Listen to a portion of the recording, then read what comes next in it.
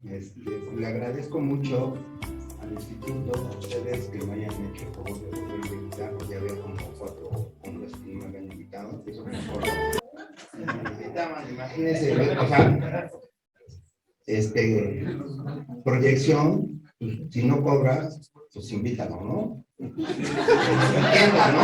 De acuerdo, ¿no? Si no cobra, invítalo, pues, pero bueno, pero por algún motivo un día no pudimos ir, ¿no? Bueno, pero bueno, les agradezco mucho que me hayan invitado y además, quiero decirles que el doctor Samuel Hernández de Alba, además de que me distingue con su amistad, fue mi maestro hace 22 años, aunque es más joven que yo, pero pues, era un niño bueno, era estudioso y se doctoró más rápido y pues, por eso tuve la oportunidad de que fuera mi maestro. Es muy buen expositor, es muy buen abogado, sabe mucho de ejecución de sentencias, esa es la realidad. Entonces es difícil hablar de ejecución de sentencias cuando ya pasó alguien que es experto en ejecución de sentencias, pero yo conozco un poquito del juicio amparo, es lo que les voy a hablar del juicio amparo en relación con la ejecución de la sentencia, ¿vale? Entonces, le agradezco a Sammy sus palabras hacia mi persona, sabe que son recíprocas y súper bien correspondidas, ¿no? Bueno, entonces vamos a empezar con mi tema. A mí se me da mucho el hablar, se me hace muy corto los tiempos de la exposición, pero voy a procurar, yo diseñé un temario, trato de ser medio organizado, no soy organizado en mi vida, pero en la clase sí. Entonces, yo diseñé un pequeño temario relacionado con la ejecución de la sentencia. Y ese temario voy a tratar de cumplirlo en la perspectiva del juicio amparo enfocado a la ejecución de la sentencia, ¿no? Entonces, número 1, quisiera externarles una idea de cómo se estudia el juicio amparo. Ustedes van a decir, ¿por qué me dices esto? Porque ahorita, ¿no? Porque uno piensa en un traslado, ¿no? Lo acaban de trasladar, ¿no? Ya el doctor nos habló de los traslados que existen. Yo creo que el más trascendental es el de la delincuencia organizada, pues a donde más recursos hay para poder cobrar, etcétera. Pues, aquellos que hacen amparo no son franciscanos. Entonces, en ese orden de ideas, pues, es a donde más se puede hacer operación, ¿no? Entonces, ¿por qué les hago este comentario? Porque resulta ser que si uno analiza el artículo 61 de nuestra ley de amparo en su fracción, si quieren luego, para que no pierdan el tiempo escribiendo, etcétera, hagan lo que quieran, ¿no? Ya no sé qué va a decirles. Pero les voy a dar un link a la maestra de Dropbox, si ahí todo lo que les cuente, pues ahí lo bajan, ¿vale? Entonces, normalmente los expositores del sistema acusatorio nunca dejan que les saques fotos a sus PDFs, a sus pantallas, etcétera, pero bueno, la generosidad es otra cosa, ¿no? Bueno, entonces, en ese orden de ideas, si yo analizo el artículo, les puse un ejemplo del traslado, ¿no? Bueno, pues lo acaban de trasladar, el doctor Samuel Hernández de Alba ya nos hizo el comentario de los tipos de traslados, lo acaban de trasladar y yo voy a la consulta al abogado. Oiga, trasladaron a mi familiar y quiero que lo regresen por alguna condición, porque estaba en un penal local y ya lo mandaron a un centro federal, y lo mandaron de donde yo estoy a 500 kilómetros, ¿no? O más, ¿no? Vale. Bueno, entonces en ese orden de ideas, cualquiera podría decir en ese momento, ¡ay, voy a hacer amparo!, ¿no? Vale, ¿no? Espérenme, por eso les voy a dar una idea. Entonces les estoy poniendo un ejemplo. Pues dice, ¿por qué no hago amparo? Entonces pueden decir, lo más importante es, podría ser el juicio amparo, poder obtener la suspensión del acto reclamado, suspensión de oficio y de plano, y entonces ya con eso podría tener un panorama muy bueno, ¿no? Sí, pero ¿qué creen? Que ya hay una jurisprudencia de la Corte que establece que se tienen que agotar el control judicial. No les voy a dar la solución ahorita, les voy a hacer como que va creciendo el tema, ¿no? Entonces, ¿por qué les hago este comentario? Porque si ustedes leen el artículo 61 en su fracción 18 de la ley de amparo, nos establece, encontramos claramente una excepción al principio de definitividad, porque no me digan que el traslado no afecta a la libertad de las personas. Y si no afecta a la libertad de las personas, pues entonces, ¿para qué está interno, no? Con perdón de la expresión. Entonces, en ese orden de ideas, si afecta a la libertad de las personas, sería una excepción al principio de definitividad, muy claramente previsto en la ley de amparo, y con eso solucionaríamos el problema. Pero la realidad es que no es así, porque entonces la Corte, para poder descargarse de cargas de trabajo, esa es la verdad, por cargas de trabajo que hizo. Ah, bueno, pues entonces haz un control judicial, haz recurso, y después del recurso, si ya no te hartaste, porque ya estás trasladado, etcétera, etcétera, entonces ya ven al juicio amparo, tárdate unos 3 meses, 4 meses, primera instancia, en un circuito, 8 meses, entonces ya estamos hablando que el señor a lo mejor ya se adecuó mejor al penal a donde está, de donde lo quisieran trasladar, regresar de su traslado, ¿no? Pues es un tema difícil, pero ¿por qué les hago este comentario? Porque mi tema es enfocarlo, el juicio amparo en el sistema, en la corrupción. Entonces, la primera regla que yo quiero externarles es cómo se estudia el juicio amparo. Porque nosotros tenemos una forma de enseñanza y una forma de aprendizaje que se llama memotecnia. Pues la memotecnia es que yo me aprenda las cosas de memoria y con eso creo que ya alcanzo el conocimiento. Entonces, si yo me aprendo la ley de amparo de memoria, no sé amparo. Y lo que les voy a decir ahorita, de verdad, reflexionenlo, porque les va a dar una visión distinta del juicio de amparo. Yo no conozco, yo tengo 23 años dando clases en el municipio. Y he tenido muy buenos alumnos y he tenido malos alumnos, ¿no? Malos alumnos como funcionarios, ¿no? No que sean malos mis alumnos, ¿no? Hasta una procuradora fue mi alumna, pues, dime si no estuvo mal, ¿no? Ella dice que está grabando, pero una procuradora de Tlaxcala, ¿no? Para que no haya tema, ¿no? Entonces, en ese orden de ideas, el juicio de amparo tiene una dispersidad de normas que lo rigen. Dicho de otra forma, ¿cuál sería la publicidad del juicio de amparo? Con eso que les voy a narrar en 15 minutos, les voy a tratar de explicar cómo se estudia un tema de amparo. Un tema de amparo. ¿Saben por qué se perdió el asunto de Shelley Yebor? El asunto económicamente más importante que ha existido en México, porque el abogado hizo la firma del quejoso y porque fue extemporáneo. Yo no tengo el quejoso, otro ejemplo, yo no tengo el quejoso, anda puesto con los tenis, ¿no? Y necesito que me firmen la demanda de amparo. ¿Cómo lo resolvería? Recuerdan que es una clase presencial y entonces tenemos que participar. ¿Cómo lo resolvería usted? ¿Haría la firma del quejoso? Por eso, pero no tengo todavía el cargo de defensor. ¿Qué haría usted? Ah, pues les voy a enseñar cómo se hace. Vale, así quédense con esa idea, ¿eh? No. Entonces, ¿qué hago yo? Les ofrezco una disculpa, tengo muchos defectos, pero del que sí puedo estar convencido es que tengo una letra horrible. Pues ahí se va con la de San ¿no? No es cierto, tiene una buena letra, y somos raros. A ver, entonces, ¿dónde estudio el juicio amparo? Este problema que les acabo de narrar, este problema. Y les puedo poner 1000 problemas, ¿eh? 1000 problemas en amparo. ¿Dónde estudio el juicio amparo? En la Constitución, ¿no? ¿Sí o no? En la ley de amparo, en la ley orgánica del Poder Judicial de la Federación, en la jurisprudencia, en los acuerdos del Pleno de la Corte, los acuerdos del Pleno del Consejo de la Judicatura Federal, el Código Federal de Procedimientos Civiles. ¿Vale? Bueno. Entonces, para que yo pueda entender un tema de amparo o encontrar una solución de amparo, ¿qué tengo que hacer? Buscarla en estos cuerpos normativos. Y voy a encontrar la solución prácticamente de todos los temas. Entonces, ustedes acostúmbrense a que si yo leo la ley de amparo, dijo Hans Belsen, ustedes que se dedican al derecho penal, Hans Belsen fue el maestro de Roncini y de Jacobs, fue el creador de la teoría de la acción finalista. Entonces, Hans Belsen dijo en una conferencia en la Universidad Complutense de Madrid que el que conoce el Código Penal de memoria no es un penalista, porque no sabe dogmática penal. Entonces, esa frase debe ser, porque hay que darle el crédito a las personas que la crean. Entonces, si yo me sé la ley de amparo de memoria, ¿qué pasa? No sé amparo, porque no conozco los cuerpos normativos que la rigen. Ahora bien, dentro de estos cuerpos normativos, siempre hay antinomias. Ya el doctor Samuel ya nos dijo que algunas antinomias que no encuentran en la ley de ejecución de sentencias. Entonces, un cuerpo normativo me da un supuesto y otro cuerpo normativo me da otro supuesto. ¿A cuál de ellos le voy a dar preferencia? No estoy hablando de jerarquía de normas, es otro tema. Ejemplo, el 106 de la Constitución nos dice que en conflictos competenciales entre jueces de los estados y jueces federales o estos con aquellos, etcétera, lo resuelve la Corte.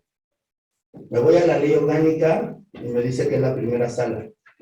Artículo 21 de la ley orgánica, si no me acuerdo. Y entonces existe un acuerdo el 5 de abril del 2001, perdón, 2013, 5 de abril, 2001 era el anterior, 2013, que es competencia de los tribunales colegiados de circuito. Entonces, imagínense un programa tan sencillo, tenemos tres cuerpos normativos distintos. Entonces, ¿cómo le doy preferencia a uno de ellos? Pues vamos a poner a la Constitución en primer lugar. Vean que es una técnica de estudio, ¿eh? Vamos a mirarlo. La Constitución en primer lugar, pues es como el matrimonio. Saben que existe, pero nadie lo respeta. ¡Ay, es buenísimo el chiste! ¡Buenísimo el chiste! ¿No? Bueno, pues con equidad de género, hombre o mujer, nadie lo respeta. Yo no dije, los hombres no lo respetan. Luego pondremos a la ley de amparo, no. Vamos a poner a la jurisprudencia. Entonces, lo que le acabo de preguntar a la abogada Diana, ella va al JUS, o es muy fácil, y le va a poner apoderado, precios y cobranzas en materia penal, y le va a dar ciertas jurisprudencias. Un simple apoderado puede promover amparos penales. ¿No lo cree Dios? Eso si lo estudio en la ley de amparo, no existe. Entonces, ¿de qué me sirve que yo estudie la ley de amparo si ahí no me resuelve el tema? ¿Qué me lo resuelve? Pues una jurisprudencia. Por eso se dice que vivimos el gobierno de los jueces. El doctor habló de dos acuerdos, tres acuerdos que prácticamente rigen la ejecución de la ejecución de las sentencias, y los critica perfectamente bien. No, los critica perfectamente bien porque no es posible que tengamos una ley orgánica casi nueva y resulta ser que todavía no tenemos esa normatividad de los jueces de ejecución. O sea, lo critica perfectamente bien. Pero entonces resulta ser que buscamos en la jurisprudencia y la jurisprudencia nos va a resolver no todos los asuntos, no todos los temas, pero la mayor parte de los temas. Entonces, ustedes acostúmbrense a estudiar que la jurisprudencia enfocada en la ejecución de la sentencia, porque sí hay muchos criterios ya del Poder Judicial Federal, en tema de competencia, en tema de la prevalencia de la norma. Hace rato el doctor Samuel habló de los jueces, ¿no? ¿Por qué los jueces ahora conocen de la prevalencia de la norma? Pues eso ahora está en la ley, pero eso fue un criterio del 2005, una jurisprudencia de la primera sala del 2005, que interpreta el Código Penal porque decía, la prevalencia de la norma, si ustedes analizan el Código, y también lo citó el doctor Samuel, 56 del Código Penal Federal establece que la ejecución de la sentencia es competencia de la autoridad administrativa de la ejecución de la sentencia. Entonces, antes de ese criterio ibas con la autoridad y le pedía la prevalencia de la norma. Entonces, desde el 2005 la Corte dijo, no, eso ya no es porque el fundamento de ello, fíjense qué buena idea dijo la Corte, por eso vean otro tema de jurisprudencia, ¿no? ¿Qué dijo la Corte en ese 2005? Recuerden que ya les dije que les voy a mandar un link de Dropbox y ahí les van a encontrar toda la información.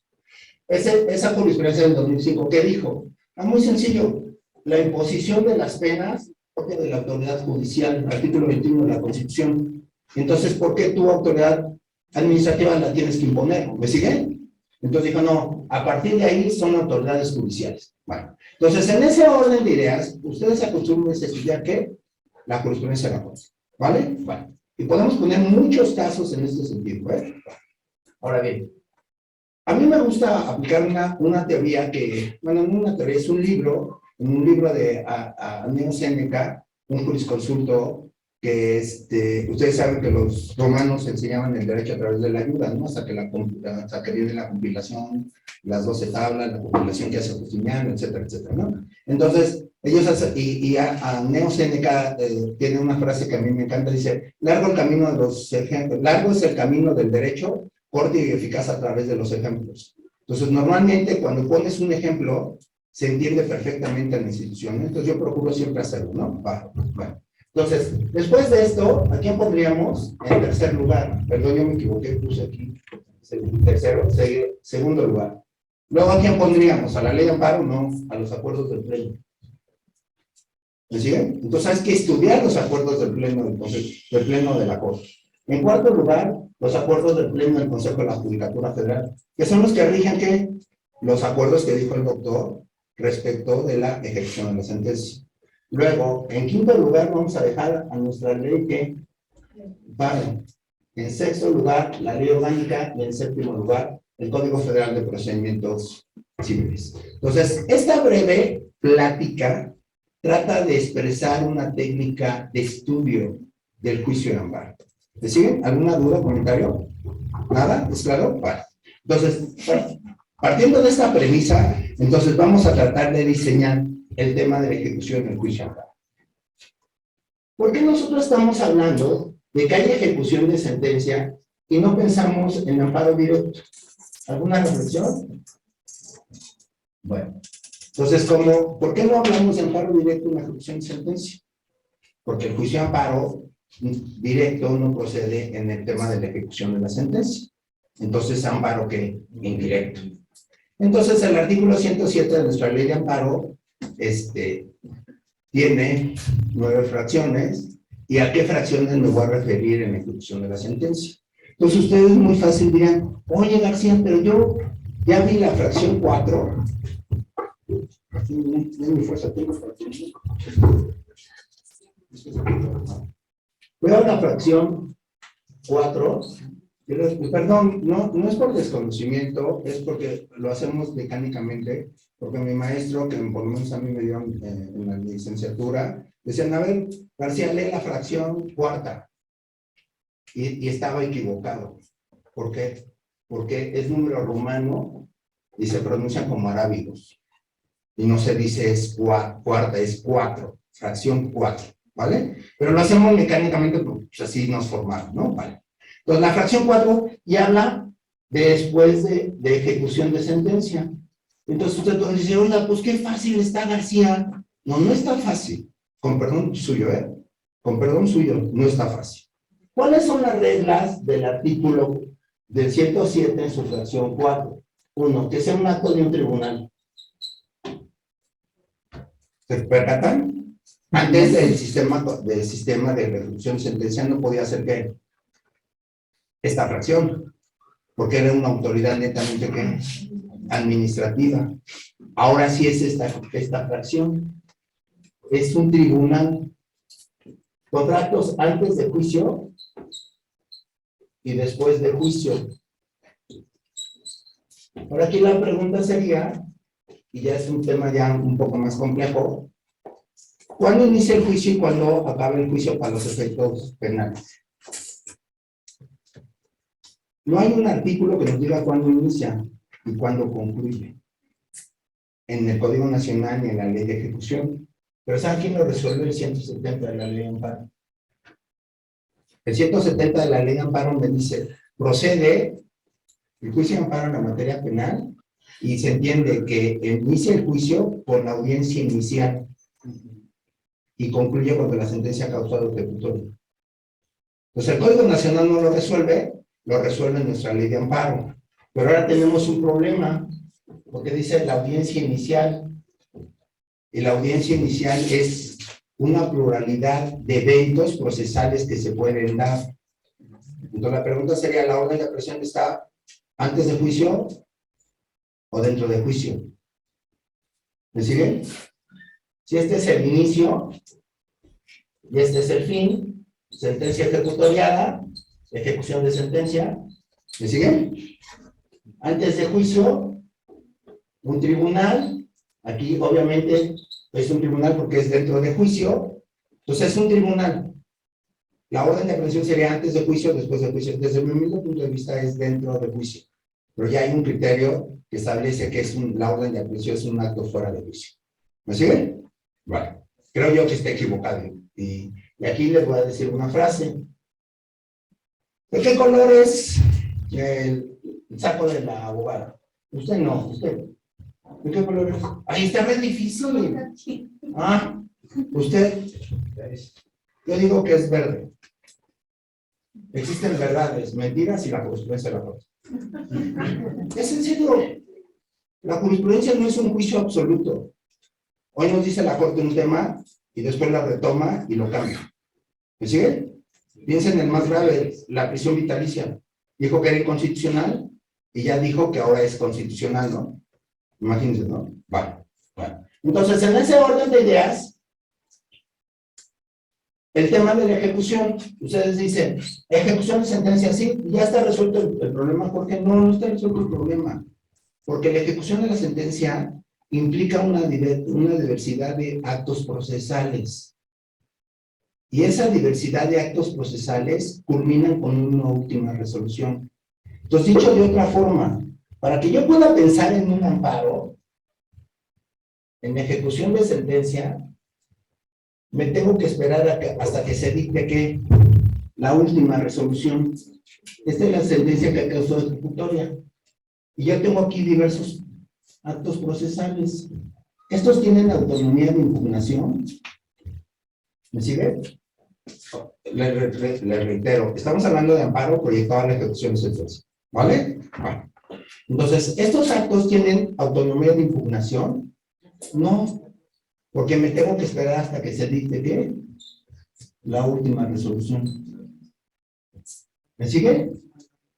Y contra esa última resolución, entonces puedo ir en el amparo y reclamar la última resolución y todos los actos que pasaron dentro de este proceso. ¿Me siguen? Esa es la regla. Entonces vamos a considerar que en este momento yo estoy en un proceso que ustedes quieran en ejecución de sentencia de los que habló el doctor Samuel Hernández de Alba, y entonces resulta ser que yo ofrezco una prueba. Ese medio de prueba y el juez no me la admite. Hace ratito puse un ejemplo que a mí se me hace brillantísimo sobre las mujeres que tienen niños menores de 12 años, ¿no? Que pueden obtener un beneficio, ¿no? La realidad es, pero la institución o la fiscalía se opone, ¿no? Yo conozco un asunto así perfectamente bien, doctor Samuel también lo conoce perfectamente bien, y resulta ser que quien se ha opuesto a que se le dé el beneficio, a contrario de lo que el doctor Samuel Hernández de Alba dijo, es Seidor, no la autoridad administrativa. ¿Me siguen lo que trato de decir? ¿Y quién ha ofrecido pruebas? Es Seidor. A contrario de lo que dijo el doctor Samuel Hernández de Alba. Pero la defensa no ha sabido canalizar el tema, ¿no? Bueno, entonces en ese orden de ideas, entonces ofrezco una prueba, no me la admite el juez. ¿Puedo hacer amparo contra ello? No, me tengo que esperar hasta que se dicte la última resolución. Y entonces se dictará la última resolución, vamos a pensar en ese supuesto, le niega el beneficio. Al negar el beneficio, agotará el recurso y irá al juicio aparte. Y entonces, ¿cuáles van a ser sus actos reclamados? La última resolución, la confirmación de la alzada respecto de la negativa del beneficio, sí, pero también puede reclamar todos los actos intermedios. ¿Me siguen? ¿Sí puedo explicarlo? Entonces, la ejecución de la sentencia sí está padre. Ya el doctor nos está dando una clase excelente, pero en el juicio de amparo tiene su técnica. Entonces, no puedo ir inmediatamente al juicio de amparo, sino me tengo que esperar hasta que se dicte la última resolución. Desafortunadamente, en la ley de amparo no lo dice, pero existe una jurisprudencia ya antigua, acuérdense de la jurisprudencia, ¿no? Que dice, cuando dentro de este proceso, lo voy a poner así, un acto que sea de imposible reparación, ahorita les explico eso, un acto que es de imposible reparación, sí tiene autonomía de impugnación y puede hacer amparo en directo. Pero lo voy a tratar de reseñar muy rápido. Entonces, ejecución de sentencia. Bueno, ya causó ejecutoria, cuando causó ejecutoria, aquí tengo datos que les voy a poner, creo que son interesantes, principalmente el tema de la prisión preventiva en el juicio amparo directo. ¿Cómo lo voy a hacer? Voy a hacer mis actos procesales y me tengo que esperar a que se dicte el proceso.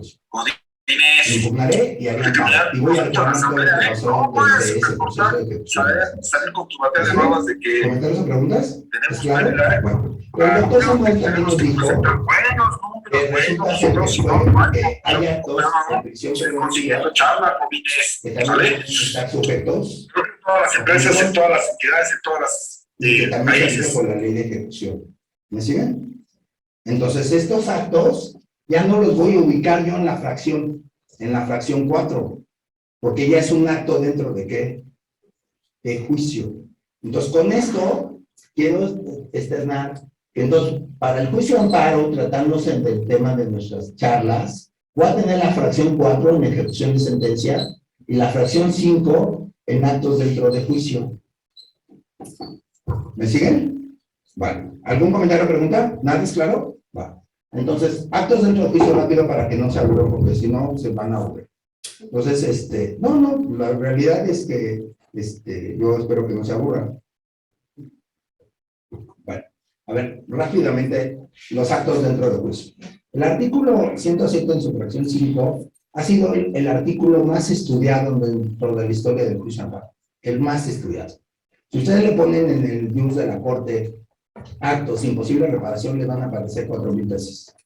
O sea, sí es impresionante lo que en el siglo XIX hasta 1988 existió, ya no existe el día de hoy. De 1988 al 2001, perdón, del 90 a 1995, luego 2001, luego 2014, ha cambiado los actos de imposible reparación. Pero vamos a tratarlo de hacer muy rápido. ¿Qué es un acto de imposible reparación? Es muy sencillo.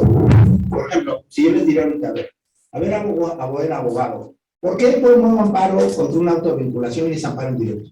Todos sabemos que eso es como tomar agua, ¿no? O sea, yo para tomar ahorita el café ni pensé, lo hice mecánicamente, ¿están de acuerdo, no? Todos sabemos que el amparo contra el auto de vinculación es un juicio de amparo indirecto. ¿Pero por qué? En primera, porque se da dentro del juicio, ¿de acuerdo? Audiencia inicial, entonces, auto de vinculación al proceso. Sencillo, ¿no? Entonces, es un acto de un tribunal.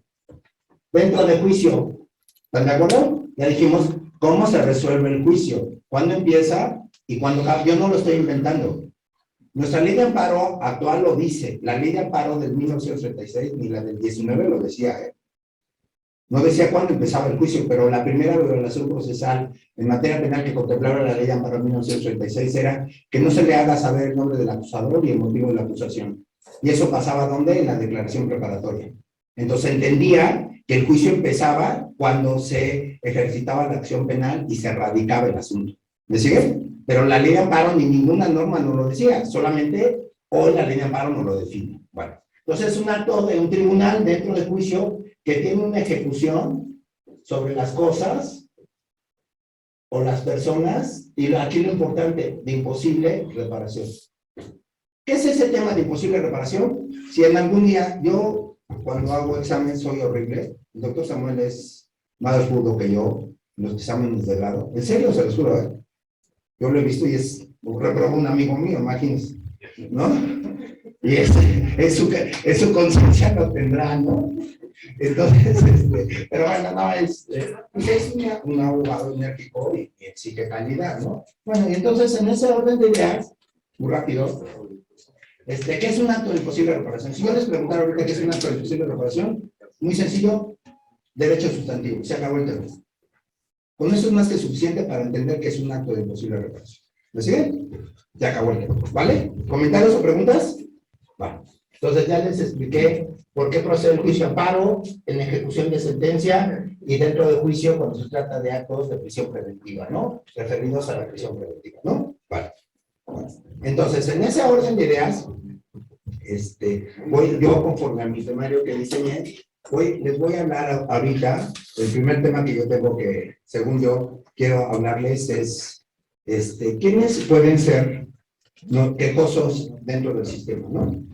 De ejecución de sentencia. ¿Quién vendrá a acudir al juicio amparo dentro del sistema? Obviamente el sentenciado, ¿no?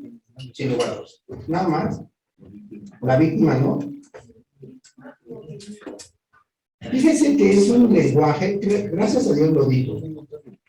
Gracias a Dios lo dijo usted, porque quiero decirles que el tema de la víctima ofendido, es un tema dogmático que se ha dejado la doctrina.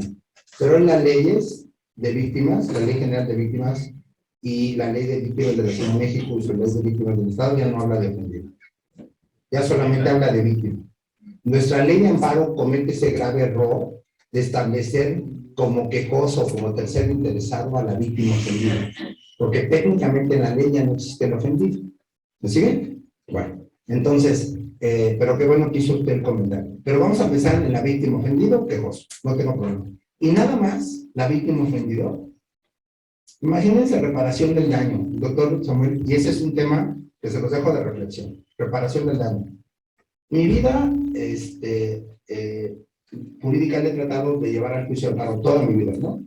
Pues yo, el doctor Burgoa citaba a don Vicente Peniche López, yucateco, no puedo invitar a un yucateco, pero más o menos decía así. No, o sea, me refiero porque tienen un tono adicional. Son otros mexicanos, ¿eh? Bueno, onda, yo quiero mucho a los yucatecos, se los juro, pero son otros mexicanos, tienen una cultura distinta, comida distinta, forma de ser distinta, son muy generosos.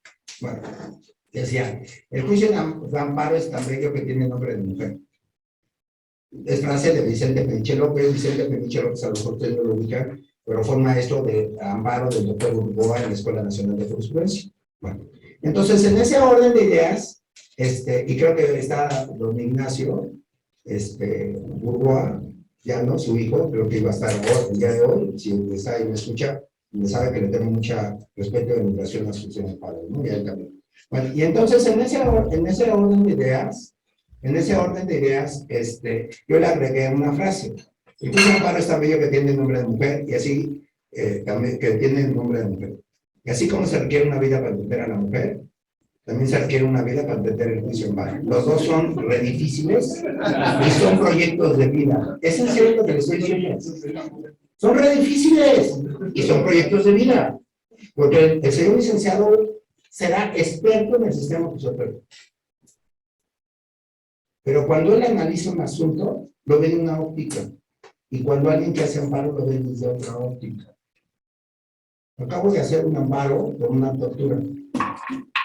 Porque yo creo que estaba prescrito. La Corte creó una tesis en el 2019 que dijo, en cumplimiento de un caso de Barrios Altos, contra Perú, la Corte Interamericana dijo que debería ser imprescriptible la tortura, ¿no?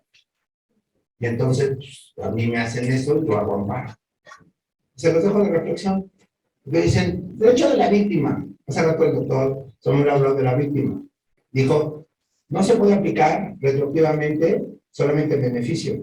Pero piensen que cuando se creó ese precepto constitucional en 1907, no existía la víctima. La víctima no ha existido en el derecho, sino a partir del año de reforma constitucional del 2001.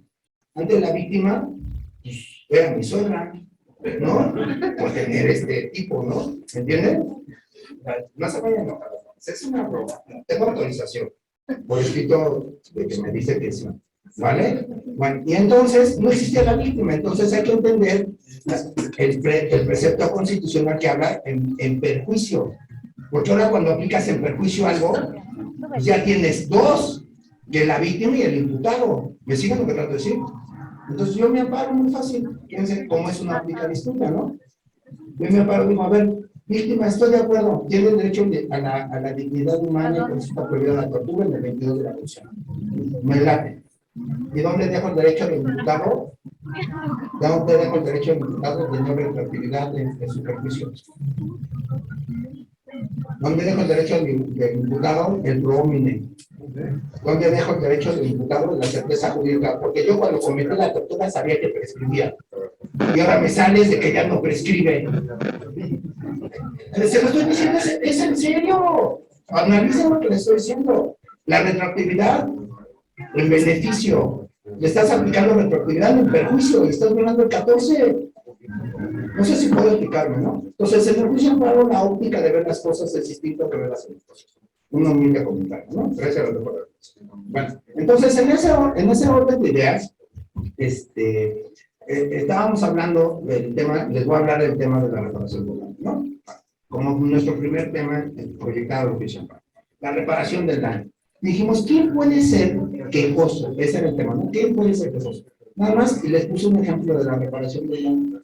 Entonces, vamos a pensar que se tuvieran asegurados bienes para la reparación del daño. ¿Me siguen? Piensen en el asunto de Publi 13, ¿no? que había muchos recursos, estaban asegurados y había reparación del daño, ¿no? Perfecto, vamos a empezar nuestra reparación del daño en ejecución de sentencia, ¿no? La ley de ejecución de sentencia, pues la víctima. ¿Y los trabajadores? ¿No podrán comparecer con el juez? ¿O podrán ir a amparo y reclamar que es inconstitucional la ley de ejecución? Porque le da un derecho a la víctima y constitucionalmente no se ha resuelto cuál es, tiene preferencia, si los derechos de la víctima del 20 o los derechos de los trabajadores del 123. ¿Me siguen? Entonces imagínense ahorita, yo voy y los consulto y tenemos, no sé, a muchos trabajadores. Y entonces dice, oye, pues ya se van a repartir los bienes ahí en ejecución de la sentencia, ¿no? Ah, pues qué padre. ¿Y los trabajadores? ¿No podrán ser terceros extraños al procedimiento de ejecución de sentencia y acudir al juicio de amparo? O bien, no, se los dejo de reflexión. O sea, la idea de una conferencia no es venir a hablar lo que dicen los textos. La idea de una conferencia es plantear cuestiones que no están dentro de los textos, ¿no? Sino por eso, pues, compren un libro, ¿no? Fácil, ¿no? No habría conferencia. Y los libros, pues, no están actualizados. Es imposible que un libro se actualice. Es imposible, ¿vale? Bueno. Entonces, en ese orden de ideas, piensen en ese tema. Entonces, ¿quiénes son torjosos? Por excelencia, el sentenciado, la víctima ofendido, pero también pueden ser terceros extraños. Y se los dejo ese tema de reflexión. ¿Podrá haber relación de derechos en la reparación del daño? Reflexionenlo, ¿no? ¿Vale? Bueno, ahora bien, el doctor dijo una cosa muy, muy interesante. Hace tiempo, no sé, hace 8 meses, algo, de repente entró una llamada a mi celular, muy insistente, y yo dije, Marco, ¿no? Y era un travieso en el reclusorio, ¿no? Y me dice, oh, no, ese teléfono de García Sosa, o sea, ya tenía el celular en el reclusorio, pues el padrino, ¿no? Y entonces, no sabes, ese teléfono de García Sosa, dice, sí, le digo, sí, dime, ya me dio su nombre y no me acordaba. Sí. Oye, es que tengo un tema de aquí con la reparación del daño. Oye, pero si ya prescribió tu reparación del daño. Dice, es que no me dan el beneficio si no la pago. Es que yo creo que está mal ubicada la ley de ejecución penal. ¿Por qué? Porque todos los delitos prescriben. Toda la ejecución de la sentencia prescribe. Las multas prescriben. La reparación del daño prescribe. Entonces, cuando voy y le pido al juez un beneficio, dice, no has pagado la reparación del daño. Ah, pues antes que te lo pide, voy y le pongo un incidente de prescripción de la reparación del daño. No sé si me sigue. Ah, fíjate que lo sentenciaron a 5 años de prisión, o a 8 y se dio a la fuga. Y ya pasaron los 8 años. ¿Me siguen? Otro ejemplo, estamos hablando de la reparación del daño, ¿no? Pero les pongo el ejercicio para que ustedes lo piensen. Lo consideren, no creo que lo consideren algunos vecinos. Entonces, voy y le digo, ya pasaron 8 años. Voy y consulto al abogado y digo, oye, me sentenciaron hace 8 años, pero pues ya pasaron 8 años. Entonces, no puedo ir con el juez de ejecución y promoverle de que el incidente de prescripción de la ejecución de la sentencia, pues, entonces, ¿para qué está la prescripción del delito? Con perdón de la expresión. Ah, bueno, y entonces, ¿saben qué pasa? Es muy sencillo. Hoy lo promueve el juez del Código Nacional. Dice que si está prófugo de la acción de la justicia, el proceso está suspendido. Y entonces dice, voy y lo promuevo y no me acuerda. Y no me acuerda, ¿por qué? Porque no. ¿Quién me está violando? Bueno, no sé mucho de yo tuve algo que me marcó la vida, pero mejor me caigo el chiste porque es muy mal. Mejor lo cambio, el chiste. Pero, no, está grabando, abogado, me está grabando. No, nada de lo que puede pasar, no es un tema sexual. Bueno, no les voy a decir que es muy fácil, lo cuento de chiste, pero lo cuento en la realidad. Yo estudié en el Instituto de Especialización, antes era el Instituto del Consejo, hoy es el Instituto del Consejo de la Judicatura Federal, ahí en San Lázaro, y entonces yo tenía un tema, yo era abogado de Mercedes-Benz, tenía un tema y tenía una magistrada que me daba clases de amparo, y entonces fui y terminando al magistrado, le digo a la magistrada, ¿le puedo hacer una pregunta? Ya hice la pregunta, yo ya había estudiado el tema, nada más quería saber si mi idea era correcta o tenía una base, ¿no? Y la acompañé, y lo que me dijo la magistrada, no te voy a asesorar en tus asuntos. Pues tenía razón, ¿no? Llego con el director del instituto y me regaló una hora platicando el asunto, porque me dijo, él había sido secretario de Estudio de Cuenta cuando ese asunto se discutió, y era Gabino Fraga y Tena Ramírez los integrantes de esa sala. Pues imagínense la generosidad del magistrado. Por eso, a mí cuando alguien me pregunta, siempre le digo lo que yo creo de nosotros. Ese es el asunto que me mostró. Entonces voy y le digo al juez, señor juez, aquí está mi escrito, ¿no? Mi incidente de prescripción, piensa en amparo. Hoy les cambió la vida. Ay, es cierto. Ya les enseñé a estudiar amparo, ¿eh? Wow. Voy y le digo al juez, no me acuerdo, ¿qué hago? Amparo. ¿Qué me está transgrediendo? El derecho de respuesta. La petición ya la hice. Lo que me está violando es el derecho de... Está conformado de petición y respuesta. Con perdón, ¿no? O sea, así no me enseñaron. Yo creo que hasta el doctor Urbán en ese sentido se equivocó porque ese octavo constitucional tiene dos derechos. El derecho de pedir y el derecho que me respondan. Entonces hago amparo, muy sencillo. ¿Me siguen? Me van a conceder amparo para que me lo reciban. Y lo estudie y lo planteo.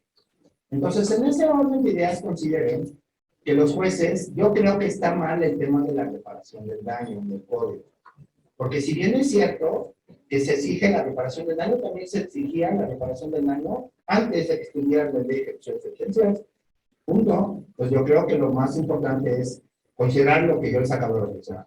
Dicen que los expositores creen que tienen la verdad total, ¿no? Como si fuera una regla papal, porque nadie lo puede contradecir. No es cierto. El expositor expone temas y ustedes saben qué aceptan y qué desechan, ¿no? Con perdón de los, ¿vale? Bueno, entonces en ese orden de ideas, ya les hablé de la reparación del daño, ¿no? Creo yo que sí es prescriptible. Creo yo que hay temas que pueden venir terceros cercanos a la reparación del daño, y aproveché para hablarles de la prescripción de la reparación del daño, la prescripción de las multas y la prescripción de la ejecución de la sentencia. Porque en ninguna parte de la ley de ejecución se menciona que se puede plantear la prescripción de la ejecución de la sentencia. ¿Vale? ¿Comentarios? Bueno, ahora, diseñé un tema que a mí se me hace extraordinario. ¿Cuál es ese tema? ¿Cuál es ese tema extraordinario? El tema de la prisión preventiva, ¿no? Vamos a proyectarlo y les voy a dar unas ideas y les voy a decir lo que está pasando en el foro y lo que yo creo que hay un error garrafal, ¿no? Vale. Ahora bien. Primero, ¿cuándo inicia la prisión preventiva y cuándo acaba la prisión preventiva? La Corte ya resolvió en una jurisprudencia del 2012 que la prisión preventiva comienza cuando se decreta, sea oficiosa o justificada, y termina cuando la sentencia causada delito. Entonces, pues enjuiciamiento, condena, apelación, la sala confirma y confirma la sentencia. Vamos a pensar ustedes el delito que ustedes quieran. Vamos a pensar en el tema, no voy a citar ese tipo, porque ese tipo un día se enojó conmigo, porque dijo que yo hablaba mal del asunto porque no me contrataron a mí, no es cierto, ¿no? Ya sabes, ¿no? El del BMW, ¿no? Pero bueno, vamos a olvidar ese tema del BMW. No, piensen ahorita en serio, de verdad, piensen en el examen, ¿no? El mismo ejemplo. ¿Por qué está condenada la señora? Por homicidio culposo. Le dieron prisión justificada. Todavía no se resuelve la apelación, si no mal me entiendo. Un amigo de nosotros refiere a las víctimas, ¿no? Entonces, resulta ser que vamos a pensar que hoy sale la sentencia de la segunda instancia. ¿Vale? Y confirma. Creo que la opción 29 años de prisión, ¿no? 29 años de prisión. Pues esos 29 años de prisión, yo pregunto ahorita, voy y los consulto a ustedes, y les digo, oiga, quiero que me hagan amparo directo en contra de ese tema, ¿no? Yo creo que es muy defendible, ¿eh? Y no me interesa, pues, si alguien está viendo que me den un asunto, ¿no? Ya la señora ya no tiene dinero, entonces ya, ¿para qué? ¿No? De acuerdo, ¿no? No, pero ya hablando en serio, de repente bromeo, ¿eh? De repente bromeo, ¿no? Pero ya, lo serio. No, en serio, de verdad reflexionen lo que les voy a decir. Entonces la señora se dictó sentencia y voy y los contrato, los consulto a ustedes. Quiero que me hagan el amparo directo. Ah, ¿cómo no? El tema de la suspensión. ¿Qué va a pasar con la suspensión? El 191 de la ley de amparo no lo resuelve. Ahorita lo voy a decir, porque después tendrá que dice el 191, que decía el 191 antes de la reforma del 2016, y es un tema que yo creo que les va a encantar, desde mi punto de vista. Bueno, recuerden que estamos hablando de la ejecución de la sentencia. Entonces, ¿por qué la persona que está sentenciada por un delito que no sea de prisión preventiva oficiosa, a partir del día siguiente o del minuto siguiente que se dicta la sentencia que causó el delito, sigue privada? Hoy le notificaron la sentencia y está privada. ¿Por qué sigue privada? Porque está compurgando ¿qué? La pena. Punto. Y si no, ¿por qué? Ya se extinguió la prisión preventiva. Le dijimos que sí, ¿no? ¿Están de acuerdo? Entonces, a partir de mañana, ¿por qué sigue privada? Porque ya está compurgando ¿qué? La pena. Bueno, ahora bien, pues voy a decir lo que decía la ley de amparo del 16 y luego la proyectamos a la reforma, antes del 2013, luego la reforma del 2016 y ahorita solucionamos el tema y les voy a citar una tesis de la Corte, que es un monstruo, pero bueno, ahorita se las voy a citar, se las voy a explicar, les voy a decir los errores y los temas que no ha resuelto la Corte, ¿vale? Bueno, ahora bien, resulta ser que en este momento, ¿qué decía la ley de amparo del 2013? La ley de amparo del 2013 tiene una atribución muy importante porque trata de adecuar nuestro juicio de amparo y el sistema acusatorio. ¿Sí? Por eso en el año del 2013 se crea un 10º transitorio. Y el 10º transitorio rezaba de la siguiente manera: en los estados a donde no se haya implementado el sistema acusatorio, se vaya aplicándose la ley de amparo de 1986 en el tema de la suspensión. Entonces, en el 2013 vino al amparo y el juez del distrito o el tribunal colegiado de distrito tenía que distinguir si era del sistema tradicional o era del sistema que acusatorio. Fácil, ¿no? Bueno, ahora bien, viene la reforma del 2016 y esa reforma del 2016, ¿qué hace? Perdón, 2013 amparo de decía.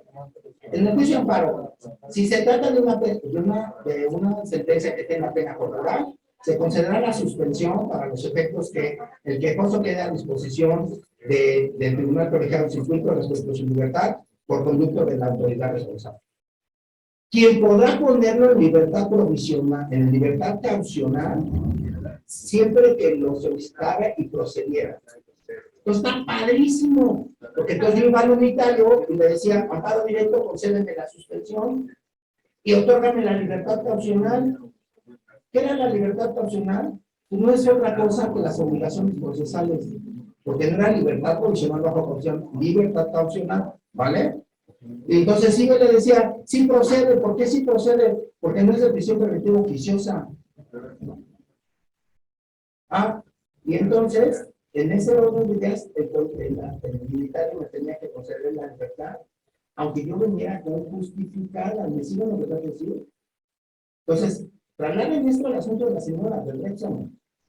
¿Qué va a pasar cuando vaya a amparo directo? Entonces, así era el sistema en el 2016 que hace la Corte, pero lo que hace el Congreso, reforma la ley de amparo y ahora dice la ley de amparo lo siguiente.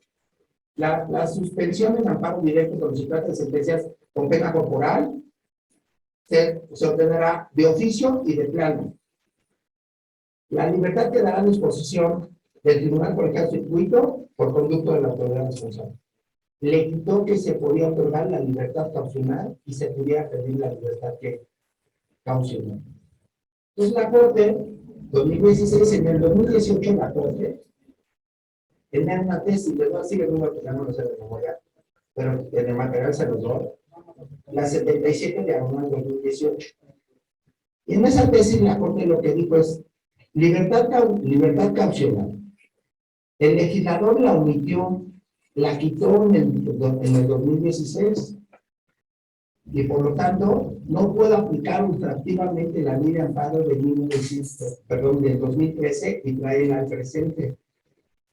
Y entonces ya no hay libertad caucional en el juicio amparo directo. Un monstruo. Un monstruo. Pues imagínense un delito que no sea de prisión preventiva oficiosa y que sea un delito pequeño. Consideren el que quieran. Va a llegar al amparo directo, ¿qué va a hacer? ¿Se va a quedar encerrado en el juicio amparo directo? Pues yo creo que está muy mal el criterio de la Corte, desde mi punto de vista. Yo lo que creo que se debemos hacer ustedes, sus servidores, pensando en el asunto de la señora del Ripsamen, ¿no? Y perdón porque le saca colación, pero bueno. Entonces, llega la sentencia y hace amparo directo. Dice, se suspende de oficio y de plano. ¿Qué es eso de oficio y de plano? Es muy sencillo. De oficio es que, aunque yo no lo solicite, me la va a suspender. Y de plano es que no tiene sustanciación. Entonces, ¿qué hace el unitario o qué hace la sala penal? Suspendo de oficio y de plano la ejecución de la sentencia. Dios, ¿por qué estoy privada? ¿No se han dado cuenta? Ya no hay prisión preventiva, ya se extinguió. La tesis es del 2012, les dije. La tesis es la 35/2012. Entonces, ¿por qué la persona sigue privada al día siguiente si ya hizo amparo directo? Cuando la autoridad responsable dijo se suspende de oficio y declaro la ejecución. Y si ya no hay prisión preventiva, ya se extinguió porque sigo privado de la libertad. ¿Me siguen? Ese es el tema que al día de hoy no se ha resuelto. Y ese tema no se toca en esta jurisprudencia que les hice mención. Entonces, quiere decir que ustedes, su servidor, podemos ir al juicio de amparo directo por delitos que no sean de prisión preventiva oficiosa y si están privados de la libertad, podrá otorgarse el beneficio que se suspende al oficio de plano y la ejecución de la sentencia. ¿Pudo explicar la idea? ¿Sí? ¿En serio? ¿Mande usted?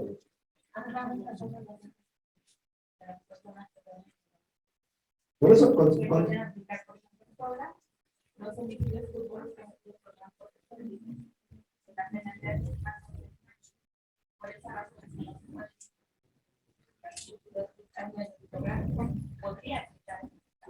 eso, y no se puede, ¿les dan justificada? Pues porque la realidad es un error, ¿eh? Y hay criterios aislados sobre que la punibilidad no tiene que incidir en la prisión justificada. Ahí les voy a subir materiales. Vale. Entonces, pero si ya se hubiera sentenciado, pues ya suspendiste el oficio de plano, entonces ya no. Entonces, a ver, ¿por qué sigue privado de la libertad si ya no hay prisión preventiva, no? ¿Algún comentario o pregunta? No me voy a ver. Si es un pagador, le contesto. Al pagador hay que contestarle a cualquier hora, ¿no? Bueno, ¿se han aburrido? Entonces vamos a continuar. Ahora, yo preparé aquí, espero que les haya interesado el tema. Sí, por favor. Yo quisiera que dice lo que yo dije, tú que tienes la suerte constitucional, que quieras aclarar. Pero, ¿cuál? La retroactividad. Tú dijiste las víctimas no existían hasta 2001, la reforma nacional. Entonces, ¿opera la retroactividad o no opera la retroactividad si está la refacción táctica? A ver, miren, mi humilde punto de vista es, creo que el derecho ha cambiado porque ahora hay abogados victimales, ¿no? Entonces, tiene una visión distinta el abogado victimal que el abogado defensor. Antes no existían abogados victimales, ¿no? Entonces, la reforma constitucional amplió el ejercicio profesional de los niños de la calle, ¿no? O sea, los abogados litigantes, ¿no? Esos son niños de la calle, ¿no? Los otros, pues, llega la que dicen, bueno, en la pandemia cobraban, ¿no? Los demás no, pues, por eso niños de la calle, ¿no? Bueno, entonces, pero ya regresando a lo serio, entonces, a ver, el tema es que hay la reforma, perdón, El artículo 14 de la Constitución ya les comenté que es, voy a retomar la pregunta del doctor, por si no lo escucharon todos. El doctor hábilmente sienta una idea muy difícil. ¿Cuál es la idea? A ver, ¿hay retroactividad en beneficio o no hay retroactividad en beneficio de la víctima? Punto. Recuerden que la Corte ya resolvió un tema sobre el tema de la prescripción, ¿no? Ejemplo, la víctima va y denuncia hoy. ¿Me siguen? Y resulta ser que en 3 años se cambia la punibilidad, entonces ya prescribió el delito. Entonces ya la Corte en una jurisprudencia dijo, no, si la víctima cumplió con el requisito de denunciarse, no se le puede aplicar, aunque sea a favor, fíjense el tema, a favor del inculpado. ¿Me siguen lo que voy a decir? Porque la víctima cumplió con sus derechos. Entonces la pregunta del doctor es, ¿la víctima ofendido se le puede aplicar de manera retroactiva en perjuicio de la víctima? Pues aquí yo creo que tenemos una colisión de garantías constitucionales. ¿Por qué tenemos una colisión? Porque aquí tengo el 20 constitucional en el apartado C que habla de la víctima y sus derechos. ¿Me siguen? Punto. Y entonces, aquí yo tengo los diversos derechos del 20 del apartado A y el apartado C, porque aquí hay derechos también del imputado, que sobre sus garantías constitucionales. Y además tenemos diversos preceptos constitucionales que hablan sobre los derechos del imputado. Entonces, resulta ser que nosotros tenemos una frase en el derecho penal derivada de la frase de Feuerbach, el mundo crimen sin ley, y luego para no escribirlo todo el mundo crimen sin ley, previa, ¿no? Es decir, a una persona no se le puede sentenciar sino por una ley con anterioridad al hecho. ¿Me siguen? Y entonces, desde la teoría de Mancini, que estudia la extractividad de la ley penal, pues Mancini, ¿qué hace? No nos pusimos de acuerdo con la pregunta, porque la pregunta es muy buena, O sea, desde que Mancini, ¿qué hace Mancini? Crea el tema de la extractividad de la ley penal. Y entonces dice, a ver, la ley penal tiene un ámbito espacial de aplicación. ¿Me siguen? Un ámbito espacial de aplicación. Vale. Entonces, ¿pero qué pasa? Que cuando se cometió la conducta y cuando se le sentencia, cambió el tipo. Y ahora vamos a proyectarlo en ejecución, como lo citó el doctor, ¿no? Porque Mancini solamente habló sobre qué, sobre el proceso y la sentencia. Pero ahora vamos a proyectarla de esta forma, ¿no? Bueno, y entonces, ¿qué dijo Mancini? Tenemos que aplicar en beneficio de manera retroactiva.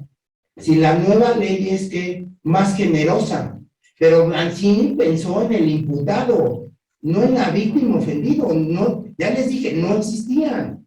En el derecho internacional, la víctima, el desarrollo de la víctima, empieza en la década de los 80. Yo en ese entonces tenía pelo. ¡Ay, no es cierto! Bueno, tengo poquito, ¿no? Un poquito, ¿no? Entonces, dijo, lo puedo aplicar retroactivamente, ¿qué? En beneficio. Lo puedo aplicar ultraactivamente en beneficio. ¿Qué es ultraactivamente? Trae la derogada al presente. Porque entonces cuando cometió el delito eran 5 años y ahora son 10. Bueno, entonces traigo la derogada hacia el presente. Pero entonces nunca se había estudiado este tema. ¿Con qué? Con la víctima. Ese es el tema, que no se había estudiado con la víctima. Y la última son las leyes intermedias. Es decir, aquí hubo una norma que es más benévola o más enérgica, entonces esas leyes intermedias no se le pueden aplicar porque es una ley interna. ¿Me siguen? Bueno. Ahora bien, la pregunta es durísima. ¿Cómo tenemos que hacerlo? Desde mi humilde punto de vista, tenemos una confrontación entre dos derechos. Les pongo un ejemplo. Para que ustedes lo consideren. Resulta ser que en este momento, por un asunto, yo le digo, oiga, quiero que le practiquen el protocolo de Estambul a la abogada, porque ella es la víctima, ¿vale? Y la víctima dice, yo no quiero que me practiquen el protocolo ya, porque ya me lo practicaron una vez y me están revictimizando. Y el derecho de defensa.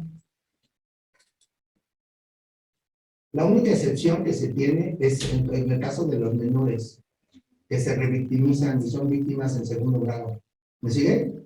Pero ella, entonces, ¿dónde deja mi derecho de defensa? Fíjate lo que le estoy diciendo y proyectemos al beneficio, ¿vale?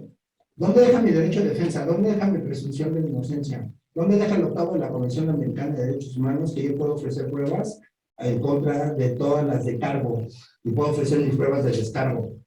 ¿Dónde deja mi derecho de poder interrogar? ¿Sí me siguen los datos, sí? Entonces, la víctima, y con perdón de la expresión, ella no es imputado, entonces no se puede reservar a que no se le practiquen estudios ni nada.